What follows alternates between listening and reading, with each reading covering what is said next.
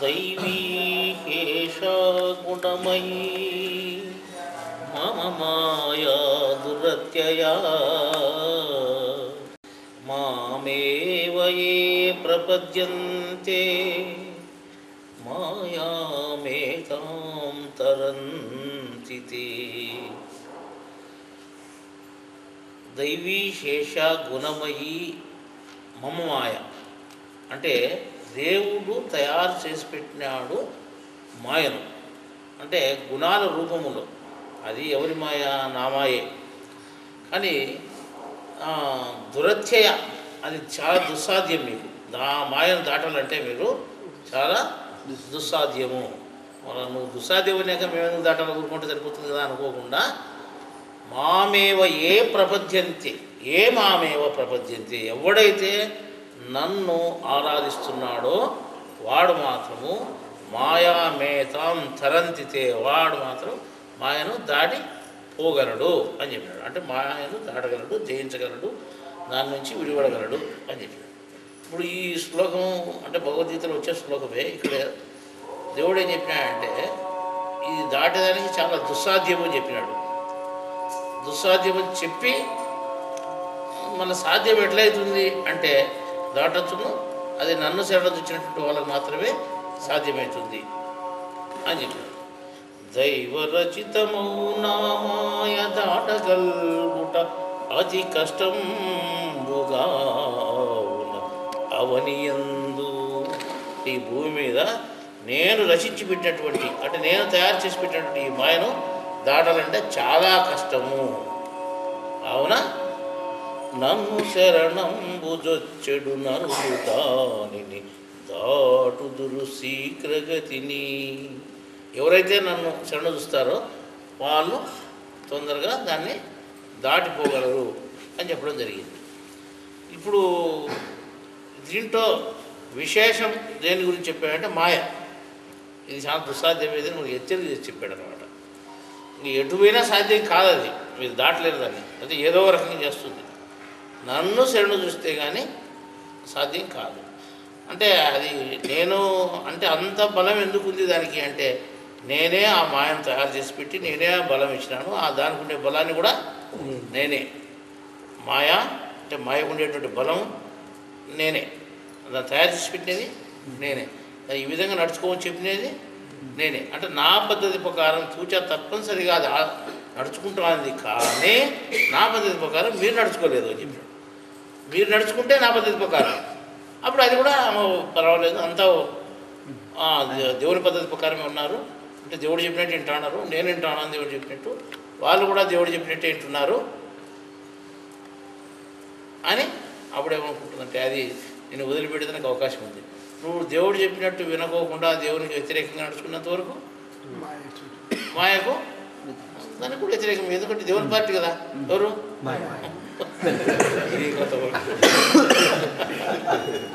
దేవుడు చెప్పినట్టు తప్పనిసరిగా ఆచరించేది కదా అని నువ్వు అంటే ఏ విధంగా నువ్వు నడుచుకుంటానే కానీ నిన్ని తిప్పలు పెట్టి సరిగ్గా ఆ మార్గంలోకి పోయేదానికి అవకాశం వచ్చేటట్టు చేస్తుంది. ఆ మార్గంలోకి పోకుండా నువ్వు ఎట్లున్నా కానీ నిన్ను ఆటంకపరిచేది మాత్రం. కానీ ఆ మార్గంలో ఉన్నా కానీ నేను ఆటంకపరిచేది మాత్రం ఖాయం. ఎందుకంటే నీలో ఉండేటువంటి స్తోమత, స్ట్రెంగ్త్, అంటే నీ యొక్క పట్టుదల, నీ యొక్క ఆసక్తి ఎంత ఉంది అది తూకం వేసుకోవాలి. రోజు అట్లా చెప్తానే ఏదో రెండు మాటలు చెప్తారు వెళ్ళిపోయేటట్టు ఉండదు. అర్థమైందా? కొంతమంది మన వాళ్ళు చాలా తెలివిగా మాట్లాడి ఏరోని పల్టి కొట్టించి వాడిని బయలుపేదలు చేసి వాళ్ళ లాభం మంది వాళ్ళు ఉంటారు. అట్లా కూడా దేవుని భక్తులుగా నటించి నమ్మించి మేము దేవుని భక్తులే అనుకునేటట్టు చేస్తే మాయ మాత్రం అంత పెరిగినా వదిలిపెట్టదు. దాంట్లో ఎంత సారాంశం ఉందో అంత సారాంశము నేను పట్టి చూస్తుంది అన్నమాట. అంటే నువ్వు ఖచ్చితంగా నువ్వు నడుచుకోగలవా లేదా? అర్థమైందా? రోజు ఇబ్బంది పడినా అనుకో దేవుని మార్గంలో, దేవుడి మీద అప్పుడే మనకు విరక్తి కలిగింది అనుకో, నువ్వు సక్రమంగా ఉండేట్టేం కాదు కదా. కాబట్టి నీవు ఎంత మట్టుకున్నావు అని పరిచయం చేసానికే మాయ ఉండేదన్నమాట. అంటే తన పని అది దేవుడు ఏ విధంగా నియమించినాడో ఆ విధంగా చేయడమే తన పని. మనకు దేవుడు ఏ విధంగా మీరు నన్ను తెలుసుకోండి, ఈ విధంగా నడుచుకోండి అని చెప్పినా కానీ మనం వినుకోకుండా పోతున్నాం. కాబట్టి మనకు ఆ తిప్పులు తప్పు లేదు. మేము వింటున్నాం కదా అంటే నువ్వు వినేది ఎంత? బారలో ఇంచా అర్ధించా ఒక అర్థించి మిగతా అంత తినలేదనుకో అంతా వినట్టే కదా. కాబట్టి నువ్వు మీటర్కు మీటర్ వింటున్నావా, మీటర్లో ఒక ఇంచు మాత్రమే వింటున్నావా? ఒక ఇంచు మాత్రం ఖచ్చితంగా ఈ పొద్దునంతా మనం దేవుని పని చేసి ఇప్పుడు నవాది దేవుని పని ఎవరు చేసినట్టు మిగతా 30 రోజులు మాయ పని చేసినట్టు. కాబట్టి ఒక రోజు పని చేసినా కానీ నేను మాత్రం వదిలిపెట్టేది లేదు. నువ్వు 30 రోజులు దేవుని పనిలో నువ్వు ఆసక్తి కలిగి ఉన్నావా లేదని పరీక్ష పెట్టేది మాత్రం దాని పని. ఏ దాని పని? మాయ పని. అర్థమైందా? ఇది మాయ మన ఎక్కడుంది? మొట్టమొదట అది ఎక్కడుంది? మన శరీరంలోనే ఉంది. మనం ఏం మాట్లాడుకున్నా కానీ శరీరానికి బయట మాట్లాడడానికి అవకాశం లేదు. మనకు చట్టం ఉందన్నమాట, ఓ పరిధి ఉంది. ఒక గీత గీసుకొని ఆ గీత లోపలే మాట్లాడుకోవాలి. అదే భగవద్గీత అని మనం చెప్పుకున్నాం.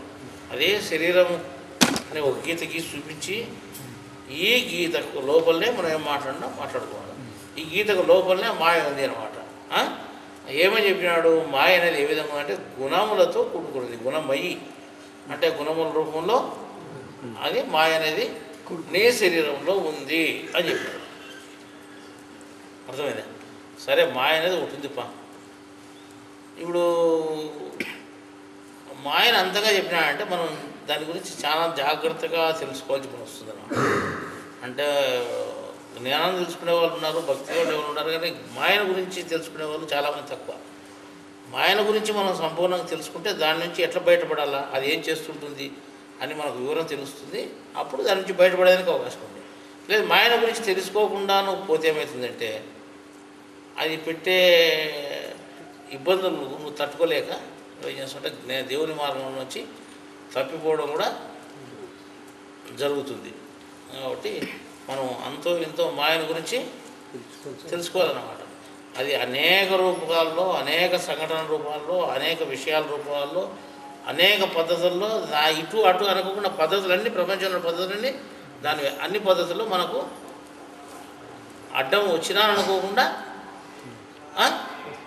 నువ్వు నీ ఇష్ట ప్రకారమే అనుకున్నట్టు నువ్వు చేసినట్టు చేపిస్తూ నీకు దేవుని మార్గం నుంచి పక్కకు పంపిస్తుంది అన్నమాట. అది దానిలో ఉండేటువంటి స్తోమత. అంటే దేవుడు తయారు చేసి పెట్టినటువంటిది ఇంతమంది ప్రపంచంలో మనసులకు ఆవహించినటువంటిది ఎంత పెద్దది చూడు. అర్థమైందా? అది చాలా పెద్దదై ఉంటుంది. దాని గురించి చాలా జాగ్రత్తగా మనం తెలుసుకోవడము మంచిదన్నమాట. ఇప్పుడు మనం అది చిన్న ఉదాహరణ మనం తీసుకుంటే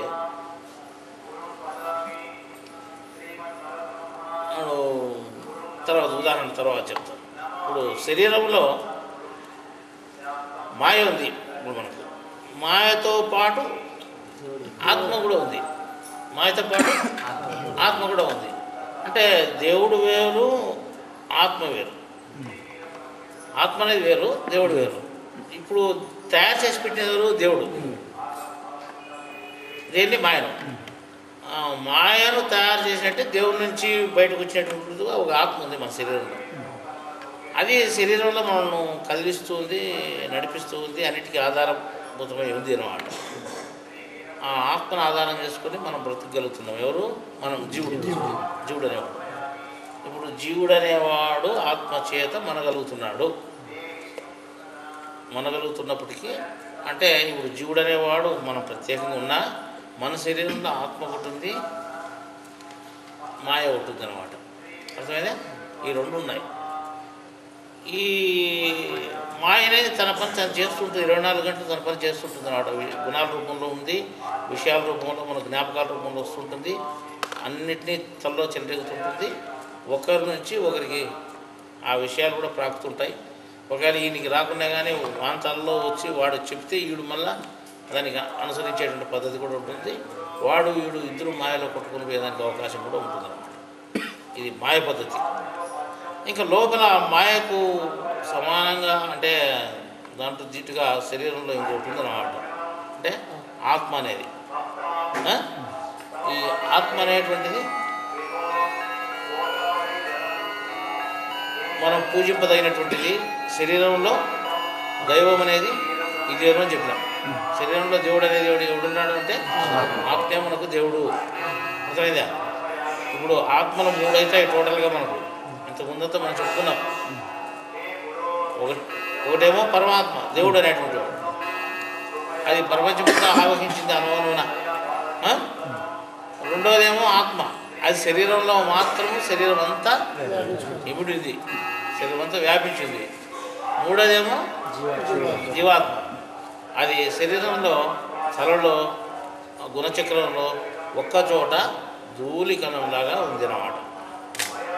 శరీరం అంతా వ్యాపించినటువంటిది ఆత్మ. ఈ శరీరం అంతా వ్యాపించినటువంటిది ఎట్లా వ్యాపించింది అని మనం ఇంతకుముందు పాఠాలు నేర్చుకున్నాం. పోయిన వారము పోయిన వర్ణానికో ఏదో నేర్చుకున్నాము. ఆత్మ అనేది ఈ విధంగా 7 భాగాలుగా విభజింపబడి శరీరం అంతా వ్యాపించి ఉంది అని మనం చెప్పుకున్నాం.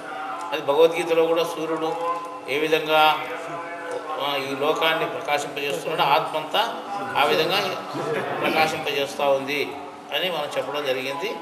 ఆ విధంగా శరీరంలోనే ఆత్మ అనేది కూడా ఉండి శరీరం అంతా వ్యాపించి ఉండి శరీరం అంతటిని పాలిస్తూ ఉంది. అర్థమైందా? ఏది ఆత్మ అనేది. ఇప్పుడు మనం మాట్లాడాలంటే ఎవరి శక్తితో మాట్లాడుతున్నాము?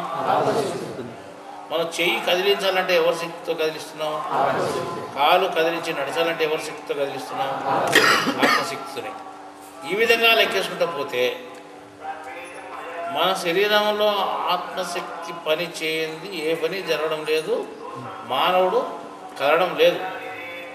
ఒక్క కొద్దిగా ట్రబుల్ ఇచ్చిందనుకో అది ఆ అవయవం మనకు పని చేయదు, నిలిచిపోతుంది. పని చేయనప్పుడు నువ్వు ఎంత ప్రయత్నం చేసినా కానీ పని చేయదు. మనం ప్రత్యేకంగా బాలయం చూస్తున్నాం. ఇప్పుడు ఆ ఆత్మశక్తి పని చేయకపోతే ఏ అవయవం పని చేయదు అని అర్థమైంది. ఈ రకంగా చాలామందిని కూడా ప్రపంచంలో చూస్తుంటాం. కానీ ఇది ఒక శక్తి ఉంది, ఇది మనకు ఉపయోగపడుతూ ఉంది, ఇది పని చేయకపోతే మన కాళ్ళు చేతులు పని చేయలేదు అనే వాళ్ళకు తెలియదు అన్నమాట. ఇంతవరకు మనమే ఎత్తా అంటే ఏదో అయింది, దీనికి ట్రబుల్ ఇచ్చింది, పని చేయలేదు అనుకుంటాం. అర్థమైంది. నేనే ఈ విధంగా నడిపిస్తున్నాను భగవద్గీతలో చెప్పినా కానీ మనకు తెలియనితనంతో దాని గురించి మనం గొప్పగా అనుకో. అర్థమైంది. సరే, ఇప్పుడు అది లోపల ఏముందో కానీ మనకు తెలియదు. బయటికి మనం చెప్పుకుంటా అంటే మీరు అని అంటున్నారు, కానీ ఆత్మ అనేది ఒకటి ఉంది మన శరీరంలో. అది అన్నింటినీ కదిలిస్తుంది అని చెప్పినాం, అన్నింటినీ చేపిస్తుంది అని చెప్పినాం. సరే, అన్నింటినీ పని చేపిస్తుంది, పనిని కారణపోతున్నాం ప్రపంచంలో నడుచుకునే దానికి దానివల్లే జరుగుతూ ఉంది అని అంటే, ప్రపంచంలో నడుచుకోవాలంటే ఏదైనా కానీ అక్కడ తేలిపోతూ ఉంది, అది కంటితో చూస్తేనే నీకు తేలు తెలుస్తుంది. తేలు తెలిసిన తర్వాత దాన్ని కట్టెతో చంపితే సరిపోతుంది అనుకొని కట్టె తీసుకోవాలంటే చెయ్యి కావాలా? ఆ తేలుని తెలిసేదానికి కన్ను అవసరమైంది, దాన్ని చంపేదానికి చెయ్యి అవసరమైంది, కట్టెను పట్టుకునేదానికి. మళ్ళా ఇటుంటే ఆ తేలు బరబర పరిగెత్తదు అనుకో, అప్పుడు కాళ్ళు అవసరమైనవి, నువ్వు దానంటే పరిగెత్తదానికి. కాళ్ళు అవసరమైనవి, కన్ను అవసరమైంది, చెయ్యి అవసరమైంది అన్నాడు. అప్పుడు కట్టెతో రాయితోనో నువ్వు దాన్ని చంపడం జరిగింది. ఈ పని జరిగింది. ఈ పని జరిగినప్పుడు ఎవరి శక్తి పని చేసింది అంటే నీలో ఉండేటువంటి ఆత్మశక్తి కాళ్ళు పరిగెత్తించింది, చెయ్యిను అల్లాడింపజేసింది, కన్ను చూసేటట్టు చేసింది. ఇవన్నీ చేసిన దానివల్లే నీకు ఈ విధంగా ఒక పని జరిగేదానికి అవకాశం ఏర్పడింది. అందువల్ల ఈ ఆత్మ అనేటువంటిది ప్రతి భాగంలో నుండి పని చేస్తూ ఉంది. అంటే మనకు విషయము తెలుసుకునేటువంటివి 5 భాగాలు ఉన్నాయి శరీరంలో. కూర్చోండి. విషయం తెలుసుకునేటువంటి అంటే ఇప్పుడు ఒక తేలు పోతా ఉంది అని అటు తెలుస్తుంది, కన్ను వల్ల తెలిసింది. అర్థమైందా? అది అంటే ఇది విషయం నీకు లోపల తెలియజేస్తుంది. విషయం తెలియజేసిన తర్వాత పని జరగాలంటే కాళ్ళు చేతులు అవసరం వచ్చినాయి. అంటే విషయం తెలియజేసే అవయవాలు 5, పని చేసేటువంటి అవయవాలు శరీరంలో 5. ఒక మనిషి సజీవంగా బ్రతకల్లా కొన్ని రోజులు భూమి మీద అంటే ఆ కొన్ని రోజులు బ్రతికేదానికి ఈ 5 అవయవాలు విషయాలు తెలియజేసేటువంటివి, 5 అవయవములు పనులు చేసేటువంటివి ఉంటే మనిషి భూమి మీద బ్రతికేదానికి అవకాశం ఉంది. ఈ 5 తర్వాత 5 మొత్తం అంటే కర్మేంద్రియాలు 5, జ్ఞానేంద్రియాలు 5. విషయాలను తెలియజేసేటువంటి జ్ఞానేంద్రియాలు, పనులు చేయించేటివి కర్మేంద్రియాలు. ఈ 5 జ్ఞానేంద్రియాలు 5 కర్మేంద్రియాలు మొత్తము ఈ పని చేసేదానికి ఎవరు కారణమవుతున్నారు? లోపల ఆత్మ కారణం. ఆత్మ వల్లే ఈ 10 పని చేయగలుగుతున్నాయి. ఈ మనకు కనిపించేటి ఈ 10 పైకి ఉండేటివి 10 కదా. మొత్తం టోటల్గా శరీరం మీద మొత్తం కనిపించేటివి 10. స్థూల శరీరం అంటే 10 భాగాలు అని మనం ఇంతకుముందు చెప్పుకున్నాం. అర్థమైందా? సూక్ష్మ శరీరం కదా, అది వేరు. స్థూల శరీరం బయటికి కనిపించేటువంటి శరీరం కదులుతూ ఉంది అంటే అది స్థూల శరీరం కదులుతుందంటే లోపల ఉండేటువంటి ఆత్మ పని చేస్తూనే. ఆత్మ ఎటువంటిది అని అంటే ఇంతకుముందు మనం చెప్పుకున్నాం. ఆత్మ అనేటువంటిది ఏ దానికి సంబంధం లేకుండా ఉండి, కష్టసుఖాలకు కూడా ఏమాత్రం సంబంధం లేకుండా ఉండి, ఏ గుణాలకు అది సంబంధం లేకుండా ఉండి, మనుష్యుడి గుణాలకు సంబంధం లేకుండా ఉండి, సుఖానికి దుఃఖానికి సంబంధం లేకుండా ఉండి, తను నిమిత్త మాత్రంగా ఏ విధంగా పని చేయాలో ఆ విధంగా కర్మరీత్యా పని చేస్తూ ఉంది అని చెప్పారు.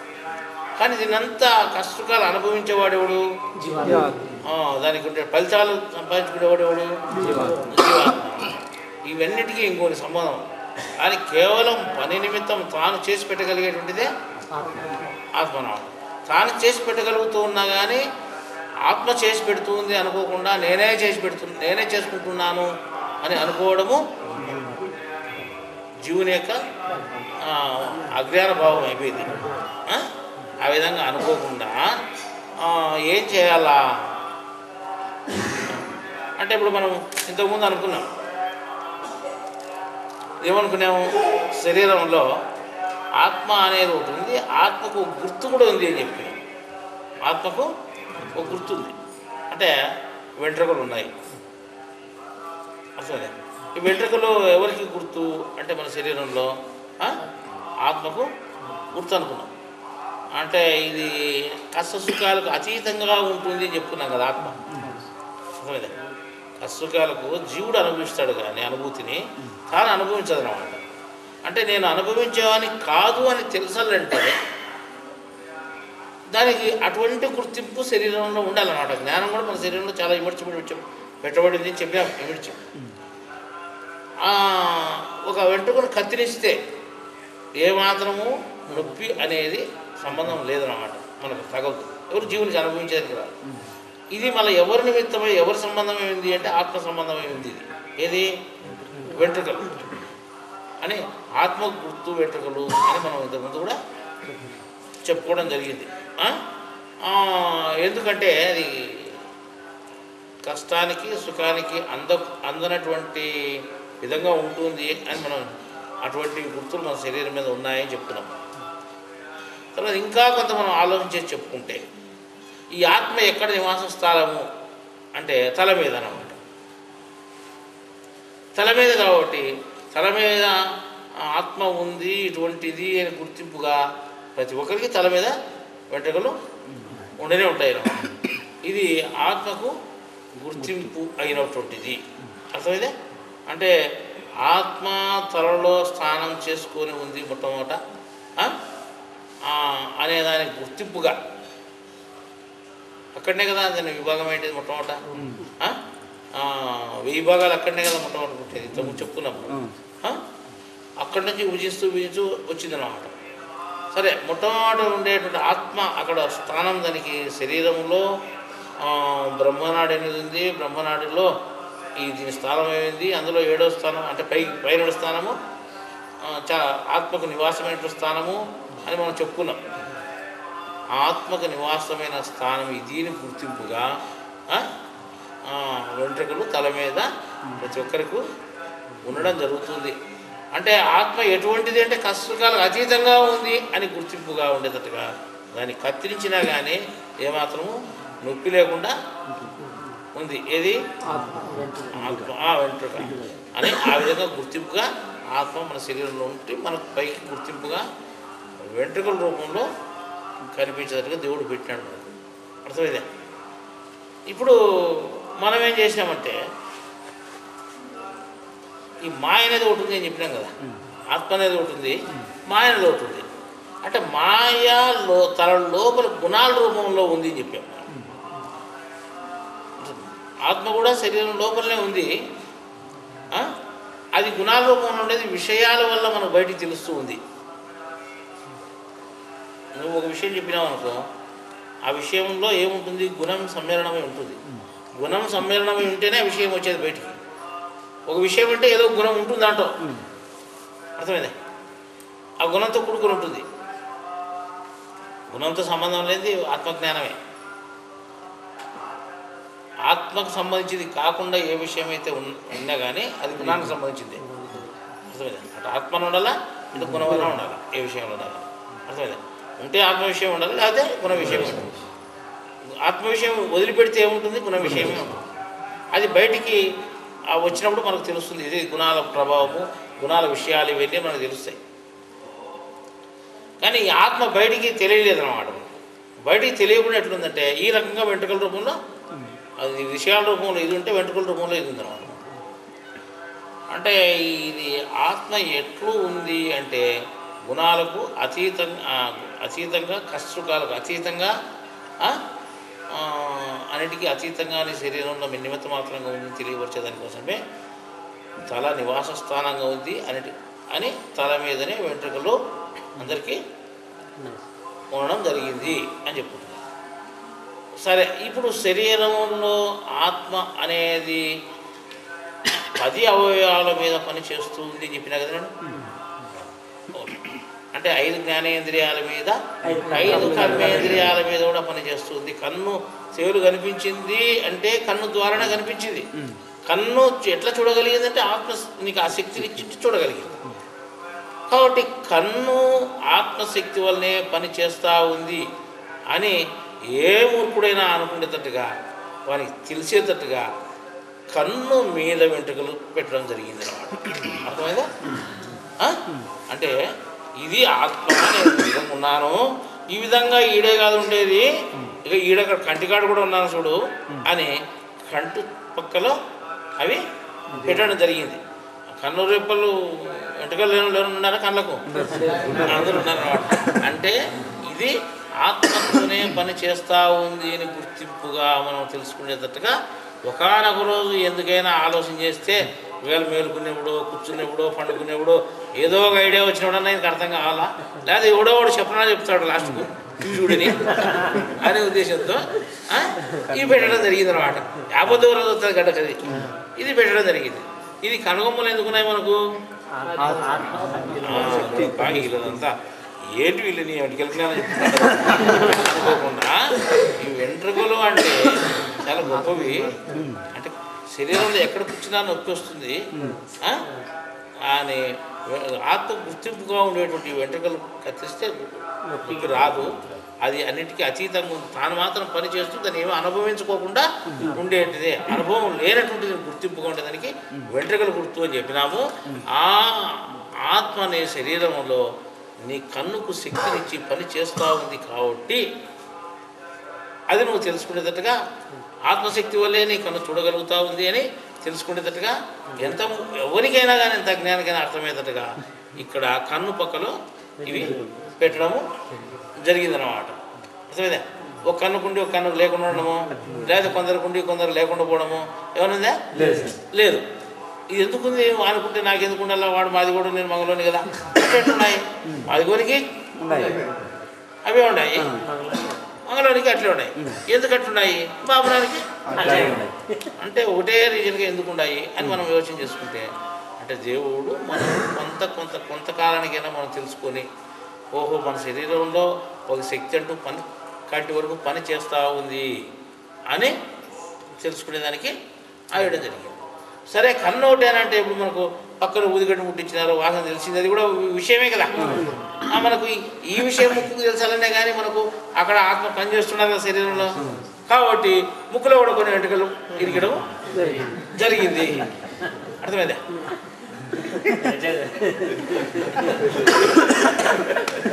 చెవు వింటాంది కదా, చెవు కూడా 2 వెంట్రుకలు కలుపుకోవడం జరిగింది. అంటే తమాషా అది ఈ వెంట్రుకలు చెవు వరకు ఈ బాడీగాడు మాదిరి ఇటు వరకు ఉండొచ్చు. ఈ కొస ఎందుకు ఈ చెవుకు సంబంధించినవి. ఒకవేళ ఇట్లా కాకుండా చెవు మీద కూడా కొంతమందికి ఉంటాయి. అర్థమైందా? ఈ కొస దానికి అన్నమాట. అర్థమైందా? ఇదేమో కళ్ళకు, ఇదేమో దీనికి ఇవేమో దీనికి నాలుగు నోరు నోరు కనుకో, ఇదంతా నోటికి, ఇదంతా నేలకు. ఇవేమి నాలుగు, ఇవేమో నోటికి, ఇదంతా కింద కింద గుళ్ళే. ఎక్కువ వేళ ఈయన ఉన్నాయి కాబట్టి అన్నీ ఈయన పెట్టాడు అనమాట. గడ్డం మీసాలు అన్నీ. ఈ రకంగా ఏం చేశాడంటే జ్ఞానేంద్రియాలు 5 జ్ఞానేంద్రియాలకు ఈ శక్తే పని చేస్తూ ఉంది అనే రకంగా తెలుసుకునేటట్టుగా వెంట్రుకలను పెట్టడము జరిగిందనమాట. అర్థమైందా? సరే, ఇప్పుడు చెయ్యి ఉంది, ఈ ఆడబెట్టాడు చూస్తాం అనుకుంటాం. అంటే ఏడబెట్టాం, చెయ్యి ఉంది కదా, ఎక్కడి నుండి చెయ్యి, ఇక్కడ నుండి చెయ్యి అనమాట. ఇటు చెయ్యి కదా, అది ఈడ పెట్టాడు. ఎక్కడ పెట్టాడు? దగ్గర సకలలో పెట్టాడు.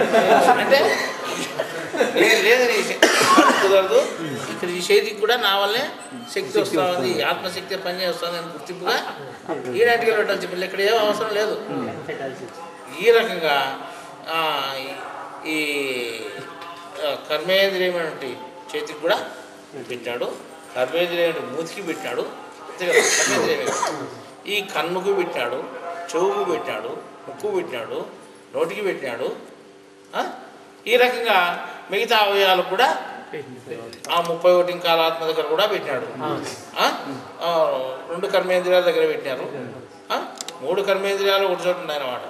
ఎట్లయితే కాలు ఎక్కడి నుండి స్టార్ట్ అవుతుందో అక్కడిని, చేయి ఎక్కడి నుంచి స్టార్ట్ అవుతుందో ఎక్కడ అటు పెట్టినట్టు ఇప్పుడు అన్నింటినీ మనం శరీరంలో ఈ వెంట్రుకలు అంటే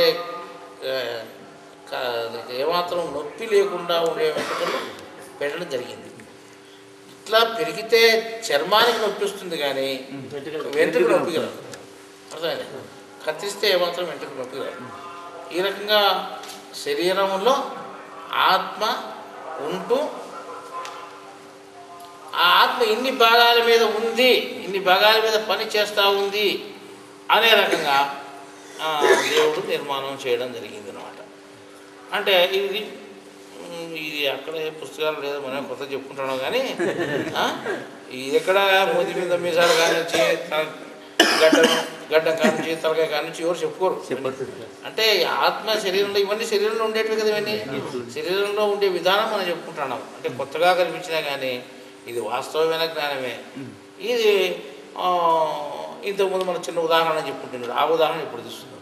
ఇప్పుడు భక్తి అనేది మనకు ఉన్నది. మనము ఒక దేవాలయంలోకి పోయి పూర్వకాలం ఒక మనిషి నాలో ఏ కోరికలు లేవు, ఏ గుణాలు లేవు అని గుర్తింపుగా తల మీద వెంట్రుకలన్నీ కొరిగించినాడు అని చెప్పినాం. తల మీద వెంట్రుకల్లో ఎన్ని ఉన్నాయో లెక్కలే అన్నీ ఇవన్నీ ఉన్నాయి కదా వెంట్రుకలు అన్నీ. నా తలకాయలో లోపల గుణాలు కోరికలు ఉన్నాయి, మనకు లెక్కలేని ఉన్నాయి, అనేక రకమైనటువంటి విశేషతలు వస్తున్నాయి. అవన్నీ ఏమి లేకుండా చేసుకుంటాను అనే ఉద్దేశంతో అతను చేసినాడు. బాహ్యార్థంగా ఆ రకమైన అర్థంతో చూపించినాడు. చూపిస్తే మాయ ఏం చేసింది, నేను తల మీద ఉండేటువంటి వెంట్రుకలు నేను ఊడగొట్టిన చూడు అని చెప్పింది. అంటే అంటే ఆత్మ గుర్తింపుగా ఉండేటువంటి వెంట్రుకలను నేను ఏటు పడితే లేకుండా చేసిన చూడు అనేది, అది కూడా మాయే. అర్థమైందా? అంటే లేకుండా చేసినా చూడు అని చెప్పి అనేటువంటి పద్ధతి కల్పించింది. అంటే చాలామందికి లేకుండా చేస్తూ ఉంది. ఏ రకంగా చేస్తుంది? ఆ రోజు మంచి ఉద్దేశంతో అతను చేస్తే ఈరోజు ఏ ఉద్దేశంతో చేస్తున్నారు? నాకు ఈ కోరిక నెరవేరితే గుండు కొరిగించుకుంటూ వస్తే కోరిక నెరవేరుతాయని పోయి కొరించుకొని వస్తున్నారు అనమాట. అంటే ఆత్మ ఉన్నటువంటి ఆత్మను కూడా లేకుండా పోగొట్టుకోవాలా అని వీళ్ళ ఉద్దేశం. అంతే కదా, కోరికలకే బలమైంది కానీ లోపల ఇటువంటి భావం ఉంది అని అనుకోవడం లేదన్నమాట.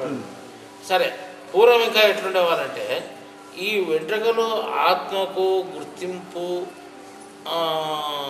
ఉండేటివి, అంటే దానికి చిహ్నంగా ఉండేటివి గుర్తింపుతో దాన్ని గొప్పగా పెట్టుకొని దాన్ని శుభ్రంగా కడిగి ముడి వేసి పూలు పెట్టేవాళ్ళు.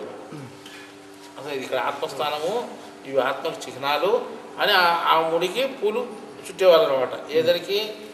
ఈ వెంట్రుకలు. అంటే వెంట్రుకలను గొప్ప భావంగా పెట్టుకునేవాళ్ళు, తలను గొప్ప భావంగా పెట్టుకునేవాళ్ళు. ఆ రోజు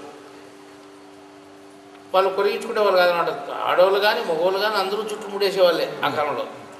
కానీ అది వెంట్రుకలు అంటే దేనికి గుర్తు అని మనకు తెలియకుండా పోయింది. దాని వలన ఎవరికైనా ఆత్మ గుర్తు అని తెలుసునా? తెలియదు అన్నమాట. అది తెలియకుండా పోయిన దానివల్ల ఏం చేశారంటే మొత్తం మనం కటింగ్లు కట్టుకొచ్చేసినమాట. అంటే మనం వెంట్రుకలను అందంగా తీర్చిదిద్దుకోవడం జరుగుతూ ఉంది. రకరకాల కటింగులు చేస్తున్నాం. ఒకరు నిలువు కటింగ్ చేశారు, అడ్డ కటింగ్ చేశారు, రకరకాల కటింగులు చేసి దాన్ని రకరకాల కనపరిచేటట్టు మనం చేసుకుంటున్నాం అన్నమాట. కానీ ఇది దేనికి గుర్తు? ఎట్లనే చేసుకో, అవి ఉండేటన్నా ఉన్నాయి కదా కొద్దిగా, అవి దేనికి గుర్తు? ఆత్మ గుర్తు. మూతికి మిసాలు ఉన్నాయి కానీ దేనికి గుర్తు? కత్తిరించుకునే పర్వాలేదు, కొద్దిగా పెట్టుకునే పర్వాలేదు, దేనికి గుర్తు? అవి ఆత్మ గుర్తు. అట్లాగానే నీ ప్రతి ఇంద్రియము 10 ఇంద్రియాలకు సంబంధించిన చోటంతా ఆత్మ గుర్తింపు ఉంది. అంటే నేను లేని ఈ అవయవాలు పని చేయవు అని గుర్తింపు. ఈ అవయవాలు నేనే అని, నేనే నా శక్తితోనే నేను చేస్తున్నాను అనుకోవడము పొరపాటు. అర్థమైందా? ప్రతి ఇంద్రియాలు అంటే ప్రతి భాగాలు, ప్రతి శరీరంలో 10 భాగాలు, 10 భాగాలకు నేనే ఆధారమైనాను, నా శక్తి ఆధారమైంది అని ఆత్మ తెలియజేసేటట్లు మన శరీరంలో ఉంది అన్నమాట. ఆ ఉండాలి లేదని గుర్తింపుగా ఆత్మకు చిహ్నమైనటువంటి వెంట్రుకలు పెట్టడము జరిగింది.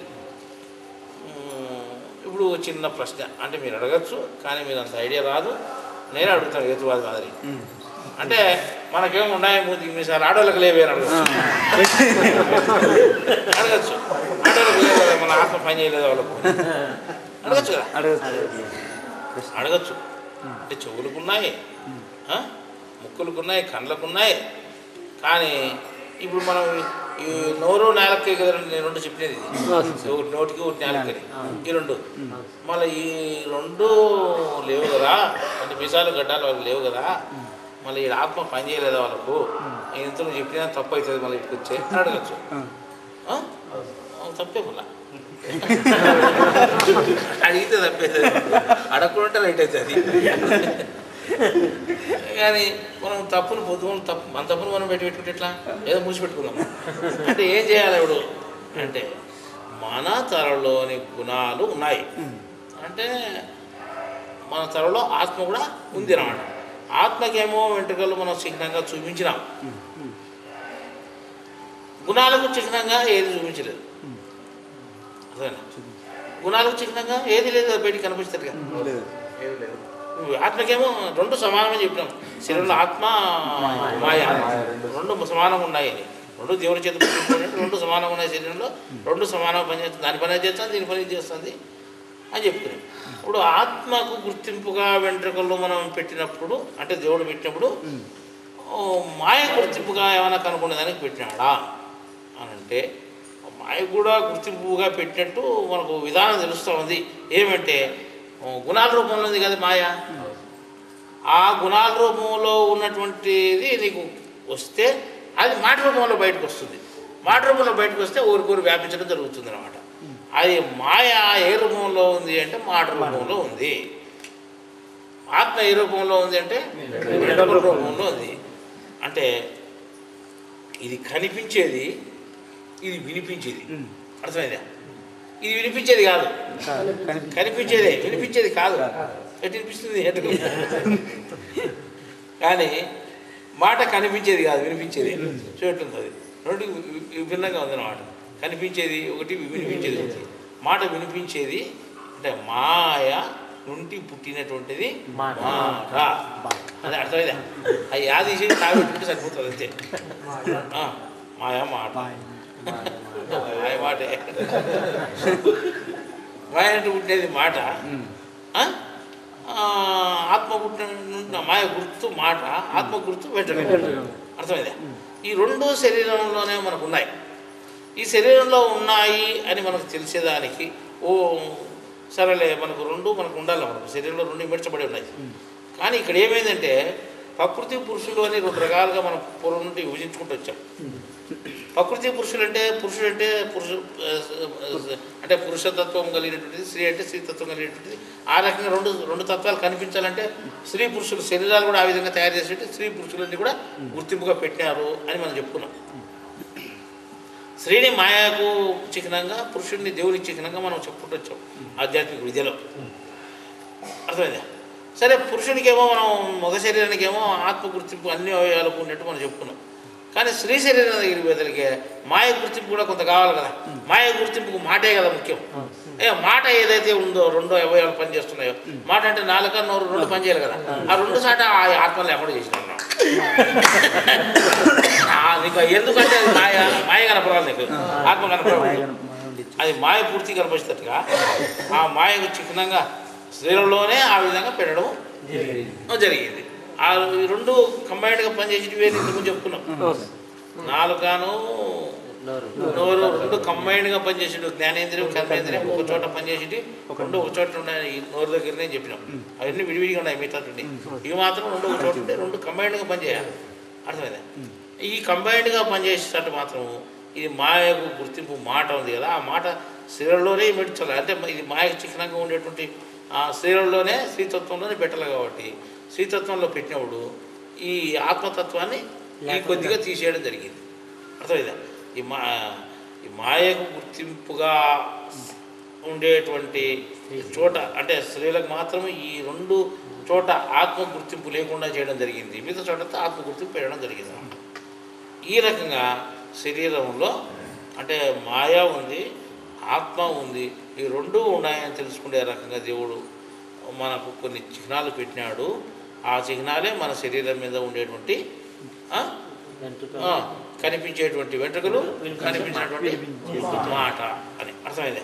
ఈ రకంగా ఇప్పుడు మాయ అనేది ఉంటుందనుకో. ఇప్పుడు మాయ అనేది దీనికి ఇప్పుడు మాటకు మాయకు అంటే మాటకు వెంట్రుకలకు ఇప్పుడు పూర్తి వ్యతిరేకం. మాయకు ఆత్మకు వ్యతిరేకం అంటే బయటికి కనిపించే రెండు చిహ్నాలు కూడా వ్యతిరేకమే. ఈ మాట వల్లనే ఏం చేసింది, మాట తన స్వాధీనంలో ఉంది కదా, మాయ వల్ల పుట్టేది కదా మాట. కాబట్టి జ్ఞానాన్ని ఆడైతే చెప్తాను మాట రూపంతో చెప్పేది, ఆడంతా మాట రూపంలో నేను వీరు పుట్టి సరిపోతుంది. ఆత్మనాల పరమాత్మనాలు అన్ని అన్న పక్కన పడుతుంది. అందుకే మిగతా గురువుల దగ్గర ఎక్కడైనా వాళ్ళు ఏమన్నా చేసుకో, మాట రూపంలో వచ్చేదంతా ఏంటంటే తను మిక్స్ అయ్యి వచ్చేదానికి అవకాశం ఉందన్నమాట. అర్థమైంది? అక్కడంతా తను కలిసి పోయి బయటికి తన ప్రభావాన్ని చూపగలుగుతూ ఉంది. అందులో పెద్ద పెద్ద గురువుల్లోనే చేరుకొని వాళ్ళ నోటుకుండా పలికితే ఆ పలికినేదే మిగతా వాళ్ళంతా ఆచరిస్తారు కదా, ఆ రకంగా తన పరిచయం చేస్తుందన్నమాట మాయ. సరే, ఇప్పుడు మనం ఏం చేస్తున్నామంటే మనం ఏం పొద్దుముళ్ళు అంత మాయను ఎక్కువగా చెప్పుకోకుండా జ్ఞానం చెప్పుకుంటారు. దేవుడు అది ఇది భక్తిని, లేకపోతే ఇంకోటి రామాయణం అని భారతం అని దీనిలో పడతారు. అసలైన జ్ఞానంలో కూడా రారు, పురాణాల్లో పడిపోతారు. పురాణాల్లో పడమో ఇంకోటో విధంగా చేస్తుంటారు. మాయల గురించి ఎవరు గుర్తింపుగా చెప్పుకోరు ఇంత గాఢంగా. సరే, గాఢంగా మనం చెప్పుకుంటాం మాయ. అప్పుడు మాయకి ఇబ్బందే కదా. సరే, మాయ ఏం చేయాలా? ఆత్మను లేకుండా చేయాలి. ఆత్మను బలం తగ్గియాలి.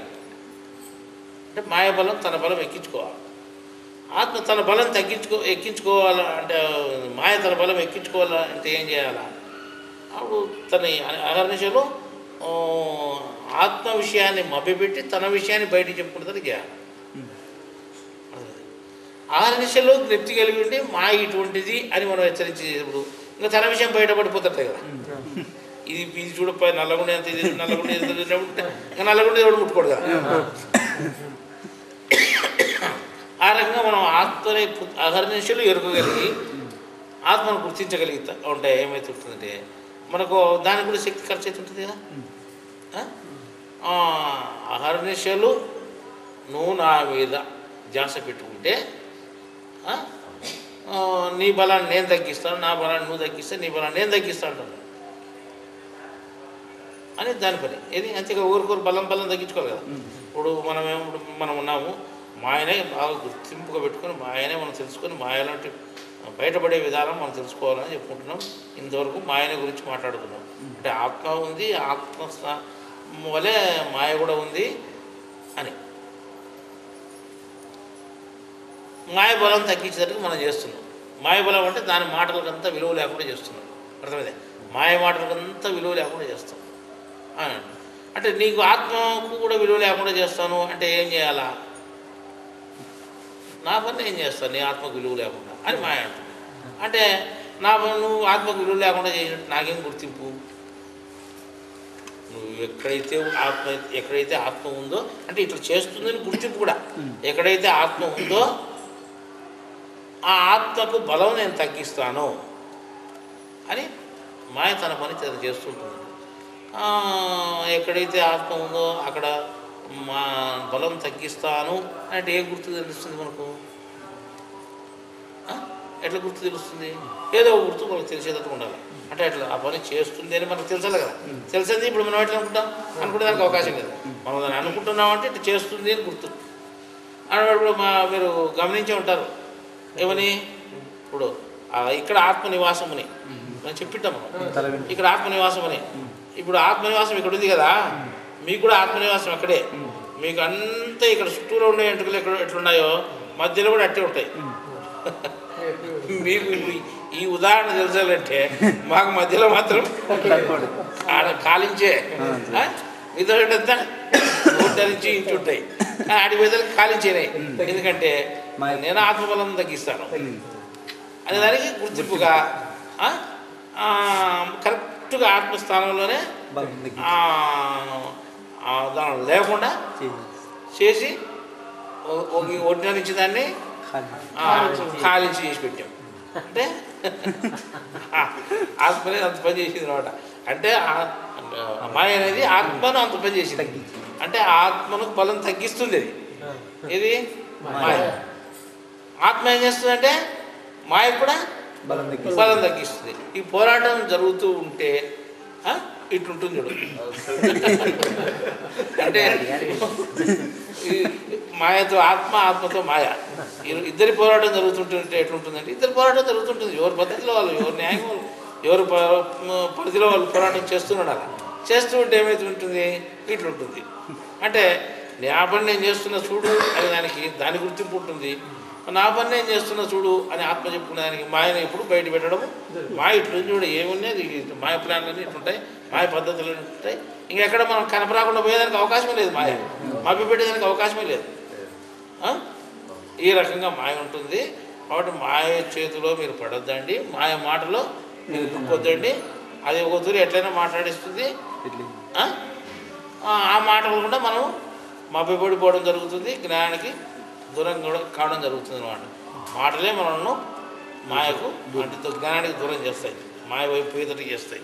కాబట్టి మాటల దగ్గర మాత్రం చాలా జాగ్రత్తగా ఉండాలి మనము అని మనం తెలుసుకునేటట్టుగా మనకు ఆత్మ అనేది మన శరీరంలో ఉంది అనే మనకు గుర్తింపుగా ఈరోజు మనకి ఈ జ్ఞానం తెలిసింది. అర్థమైందా? ఇప్పుడు మీతో పాటు మాకు కూడా తెలిసింది. అర్థమైంది? ఇప్పుడు మీరు వచ్చి కూర్చున్నారు కాబట్టి మీకు అంటే మనం చెప్పుకున్నాం ఇంతకుముందు పేపర్లో ఇచ్చినది కూడా పాత జ్ఞానమే. నేను అది చెప్పను అని ఒత్తిడి తెలిసిపోయింది అనుకో, అది మళ్ళీ రెండోసారి నేను చెప్పను. అది మీకు తెలిసిపోయింది, అది నాకు పాతగా ఉంటుంది, దాన్ని చెప్పబుద్ధి కావాలి. మళ్ళీ తర్వాత కొత్తదే కావాలా. కొత్తది కావాలంటే ఏం చేయాలా? వెతకాల. వెతికితే మనకు దొరకదు. ఇంక మనం ఏం చేయాలంటే ఊరిని గప్పు కూర్చుంటే చాలు, చెప్పేవాడు చెప్తాడు అనుకోవాలా. చెప్తే చెప్పి నా ఇంటికి ఫెయిల్ అయ్యి చూడని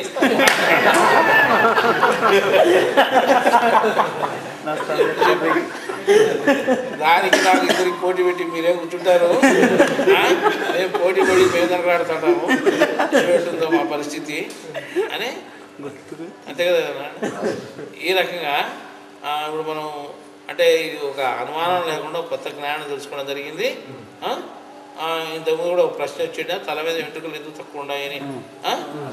దానికి ఇప్పుడు ఒక అర్థం వచ్చి అంటే అర్థం తెలిసిపోయింది ఎందుకు తక్కువ ఉంటాయని.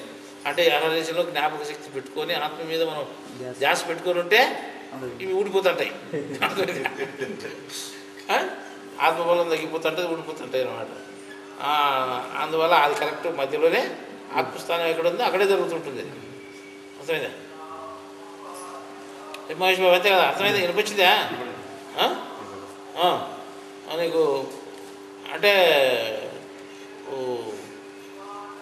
కిందంతా గడ్డం తీసేసినావు, పైన ఒకటి మిసాలు ఉంటాయి. అంటే ఏమని అర్థం? ఇప్పుడు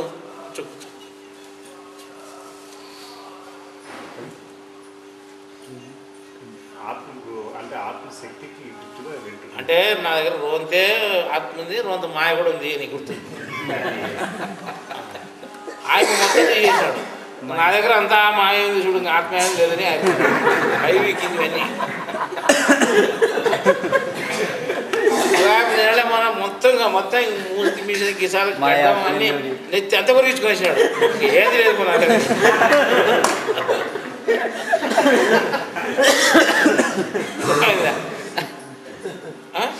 అవి ఉన్నాయని పెట్టుకోండి స్వామి, ఊళ్ళో ఎందుకు తీస్తారు? నువ్వు అందరికి కొరికి నువ్వు భార్య కదా రోజున పెట్టు.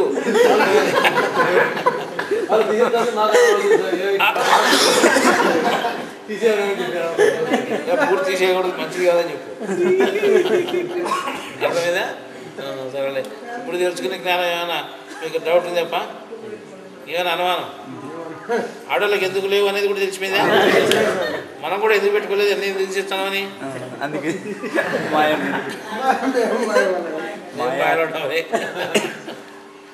అట్లా లేకుండా మనం అంతా ఇంత ఆత్మలో ఉందాం. మనం ఆత్మలో ఉండి ఆత్మధ్యాస కలిగి ఉందాం. అర్థమైందా? మనకు ప్రతి చోట మనకు కన్ను చూసింది అనుకో, ఎవరు శక్తి అనుకోదు మనం. తోడా నోరు మాట్లాడింది అనుకో, నాలుక మాట్లాడింది అనుకో, అది ఇదంతా మొత్తం. చెవి వినింది అనుకో, ఇది వరకులే ఈ సైడ్. కొంతమంది దీళ్ళ మీద కూడా ఉంటాయి, చెవుల మీద. చేయి పని చేసింది అనుకో, ఇక్కడ ఉంటే మొత్తం. ఈ రకంగా మనకు ఆత్మ అనేది అన్ని చోట్ల గుర్తింపుగా మనకు ఉంది అని మనం అర్థం చేసుకోవాలి. చూడు, ఆత్మ అనేది ఏం పని చేస్తూ ఉంది, మన శక్తి ఏమీ లేదు అని గ్రహించుకునేదానికి ఇన్ని చోట్ల దేవుడు పెట్టినాడు. లేకపోతే ఎందుకు ఊరిని మజ్జిగ పూది తింటే మూతి కదా అడ్డం కాదు చెప్పేసాను. అన్నం తినేది గడ్డం కాదు, లేకపోతే తిప్పలు పడుతుంది. మగసాపు లేదు ముందు వాళ్ళు ముసలివాళ్ళు ఉంటాను ఇంతకుముందు, వాళ్ళు మజ్జిగలో తింటే సగం గుర్తుపడుతుంది. మజ్జిగన పిల్లవాడు మేము చూస్తాంటివి, ఇదే విచిత్రం అనుకుంటాంటివి. అంటే ఇదంతా దేనికోసము, ఇవన్నీ ఎందుకున్నాయి అని అంటే ఈ విధంగా ఉన్నాయి. సరే, ఇంకా మనం ఇంతటితో ఈ జ్ఞానం ఇంతటితోనే సరిపోతుంది అంటే ఇంకోనంత ఏమైనా ఆలోచించవచ్చు. ఏమైనా ఉందా డౌట్? ప్రశ్నలు ఏమన్నా ఉన్నాయా? ఇప్పుడు మీరు దీని ఏమన్నా మీకు కొత్తది ఏదైనా అడుగు స్వామి. నలుపు నుంచి తెలుగు వస్తున్నాయి కదా, ఏంటి అట్లనా? అదే మాయలో నేను మునిగిపోతాను, ఏం చేస్తావు? మాయలోనే మునిగిపోతాడాము. ఆత్మ మాయలో మునిగిపోతుంది, ఘటన పడడం లేదు అని అర్థమైందా? ఘటన కూడా ఎక్కడ పడుతుంది? అన్ని జీవరాశుల్లోనూ ఆత్మ అడుక్కుపోతుంది, మాయ బయటకు వస్తుంది. అర్థమైందా? అంతే గుర్తుంటుంది, ఇంకేమీ లేదు. నలుపు నుంచి తెలుపుకి వస్తుంది అంటే జ్ఞానం తెలుసుకోమని. కానీ మనం తెలుసుకుంటున్నామా? తెలుసుకోవడం లేదు, గుర్తింపు లేదు. ఒకవేళ దినాం నల్లగానే ఉన్నాయనుకో, అవి తెల్లగైతే అంటే ఏంటి తెల్లగైతే అని అప్పుడైనా ఆలోచన చేస్తారు, ఇవేంటివి అని.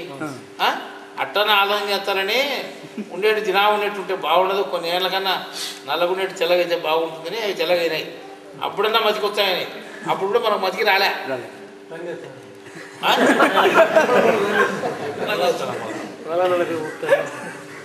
దాని గురించి ఏదో ఆలోచన చేస్తారని అట్లే ఉంటే కనుక్కోలేదని మళ్ళీ మారినాయి అనుకో. మారినప్పుడన్నా చూస్తాంగా మనం, మళ్ళీ మారినప్పుడన్నా దాన్ని గమనిస్తామా? లేదు.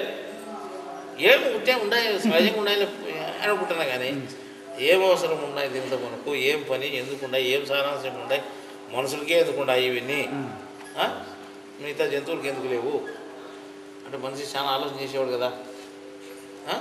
కాబట్టి మనిషికి పెడితే వాళ్ళ జ్ఞానం తెలుస్తుంది. చాలా అజ్ఞాని ఈ మనిషి మిగతా జంతువుల కంటే. కాబట్టి మనిషికి ఇన్ని పెట్టాల్సి పని వచ్చింది. అని ఇన్ని పెట్టినా మనిషి కనుక్కోవడం లేదు. అర్థమైందా? కూర్చో, మంచి ప్రశ్న ఇది కూడా. ఇప్పుడు కాళ్ళకు, చేతులకు, అవయవాలకు అన్నిటికీ ఆత్మ పని చేస్తూ ఉంది మనం చెప్పుకున్నాం కదా. ఆత్మ అంటే మాయ విధానం కూడా నాది ఉంది శరీరంలో అని గుర్తింపుగా కొంతమందికి మీసాలు గడ్డాలు లేకుండా పోయినాయని కూడా చెప్పుకున్నాం కదా మనం. ఇప్పుడు ఈ చర్మం అనేది ఒకటి ఉంది, దాని గురించి మీరు అడుగుతానే చూస్తాం అనుకుంటే చర్మానికి ఎక్కడున్నది ఏమి అని అడగలేదు అనమాట. చర్మానికి అంతటా ఉన్నాయి, ఇక్కడ అక్కడ అనుకోకుండా మొత్తం ఉన్నాయి. అర్థమైందా? చర్మం వెడల్పునా ఉంది, అంతా ఉంది కాబట్టి ఇంక ఒకసారి గుర్తింపు పెడితే వాడలేని, ఇవైతే గుర్తింపు ఏడుండేదానికి కుప్పలు కుప్పలు పెట్టారు. ఇంకా అది అటు పెట్టేదానికి లేదు కాబట్టి చర్మానికి అంతటా ఉండడం జరిగింది అన్నమాట. అర్థమైందా? అది కూడా మళ్ళీ ప్రశ్న రాకుండా అయిపోయింది. ఇప్పుడు ఈ కాళ్ళు చేతులు ఆత్మ వల్లే కదులుతున్నాయి అని మనం తెలుసుకునేదానికి ఇవన్నీ మనకు ఉన్నాయి. ఇంకా జంతువులకు పోతే కాళ్ళ కాడ చేతుల కాడ ఇవన్నీ లేవు. అర్థమైందే? వాటికి అంత జ్ఞానం అవసరం లేదు, మనకే మనుషులకి అంత జ్ఞానం అవసరము. అర్థమైందే? వాటికేం దేవుడు పెట్టలేదు. ఇంకా కొన్ని దాంట్లోకి పోతే ఇప్పుడు మాయ అనేటువంటిది మనకు గుర్తింపుగా ఒక జీవరాశిని పెట్టుకున్నాము. జ్ఞానము ఆత్మ అనేదానికి గుర్తింపుగా ఒక జీవరాశిని పెట్టుకున్నాము. బోర్డు కూడా వేసుకునేవాడు మనం. ఆత్మ అనేదానికి పావురాన్ని పెట్టుకున్నాము, మాయ అనేదానికి పావును పెట్టుకున్నాము. అర్థమైందా? ఆత్మ అనేదానికి పావురం ఎట్లుందంటే కింది మీదికి అంతా ఈ కథ నిండుకున్నది. అంటే మొత్తం ఆత్మస్వరూపం అనేది. అర్థమైందా? పొడిచే ముక్కు తప్ప అది మన అంతే, మొత్తం అంతా ఈకలమయమే. ఈకలమయ అంటే వెంట్రుకలమయ. ఈ కన్యా వెంట్రుకన్నా రెండో ఒకటి వెంట్రుకలమయమే. అర్థమైందా? ఇది ఆత్మ చిహ్నం. అర్థమైందా? దానికి రెక్కలు కాళ్ళు అన్నీ ఉన్నాయి, కానీ ఏమాత్రం వెంట్రుకలేదు పాపం. చూడు ఎక్కడైనా ఉందా దానికి? మూతికాడ కానీ ముక్కు కాడ కానీ ఇంకో చాడ కానీ ఇంకో చాడ కానీ ఎక్కడ లేదు అన్నమాట. ఇది మాయ చిహ్నం. వెంట్రుక ఏమాత్రం లేదు. వెంట్రుకలు పూర్తి కలిగి ఉండేది ఆత్మ చిహ్నం. ఇది ఒక గుర్తింపు. అంటే ఇది కూడా మీకు కొత్తగానే ఉంటుంది. సరే అట్లయితే ఈ ఆత్మే కాళ్ళు చేతులను కదిలించింది కదా, అసలు నాకు ఆత్మే అవసరం లేదన్నట్టు దానికి కాళ్ళు చేతులు లేకుండా యా జీవరాశిగా ఉన్నాయా కాళ్ళు చేతులు? అన్నిటి దానికి కాళ్ళు చేతులు ఉంటాయి. ఒకే ఒక పాముకు కాళ్ళు చేతులు. అర్థమైందా? ఒకే ఒక పాముకు కాళ్ళు చేతులు ఉండవు అన్నమాట. ప్రతి దానికి కాళ్ళు చేతులు ఉంటాయి. పక్షులకు కానీ జంతువులకు కానీ ఇంకో దానికి కానీ మనుషులకు కానీ అన్నిటికీ కాళ్ళు చేతులు ఉంటాయి. మాయ చిహ్నంగా చూపించినటువంటి ఒకే ఒక పాముకు మాత్రము కాళ్ళు చేతులు ఉండవు. అంటే ఆత్మ నా దగ్గర పని చేస్తుంది కూడా అర్థం కాకూడదు అనమాట. ఆత్మ ఉందని కూడా అర్థం కాకూడదు. వెంటనే ఏమాత్రం ఉండదు దానికి. అదే కాళ్ళు చేతులు లేకుండా కానీ నడుస్తూ ఉంటుంది. ఈ రకంగా నేను ఉన్నాను అనే గుర్తింపుగా పామును దేవుడు చూపించాడు. ఒక జీవరాశిగా మనం బోర్డు వేసి పెట్టుకున్నాం కదా, పాము అని మాయ అని.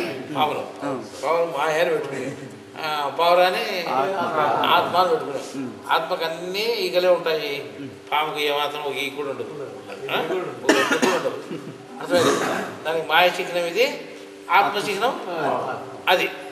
ఆత్మ చిహ్నానికి కాళ్ళు చేతులు అన్నీ ఉండి అది అల్లాడించేదానికి అవకాశం ఉంది. నాడు కాళ్ళు చేతులు అల్లాడించేదే ముందువి, ఏమాత్రం అల్లాడికుండా పోతుంది. ఏది దానికి కాళ్ళు చేతులు అని ఎవరు చెప్పలేడు. ఇప్పుడు మాయకు ఆత్మకు అంత తేడా ఉంది అని గమనించినట్టుగా మనం ఇంతకుముందే రాసి పెట్టుకున్నాం, కానీ ఊరిని రాసి పెట్టాం, అంత చెప్పలేదు. మనం చెప్పు అంటే ఇప్పుడు మాయను ఆత్మను రెండింటి ప్రత్యేకంగా చెప్పుకున్నాం కాబట్టి ఇప్పుడు ఆ సబ్జెక్ట్ కూడా వచ్చింది మనకు. అర్థమైందా? ఇప్పుడు మాయకు బయట చిహ్నంగా ఏమున్నాయి అంటే పాము, ఆత్మకు బయట చిహ్నంగా ఏది ఉంది అంటే ఆ పావురం. అంటే బయట రెండు జీవరాశులు కూడా ఉన్నాయి. అర్థమైందా? మన శరీరంలో ఆత్మకు బయట చిహ్నంగా ఏమున్నాయి? వెంట్రుకలు. మాయకు ఏది చిహ్నంగా ఉంది? మాట. అర్థమైందా? అది విషయం చూడప్ప. ఇంకా ఏమన్నా తింటో ఇంకేం ప్రశ్నలు రావాలి, ఇంకేడొస్తాయి, నేనే వేసిన మళ్ళీ. ఇంకా ఏమైనా అర్థం కాదు తింటో అంటే ఈరోజు ఈ సబ్జెక్టు ఇంతకుముందు తెలుసుకున్న దానికంటే ఇది భిన్నంగా ఉంటుంది అన్నమాట.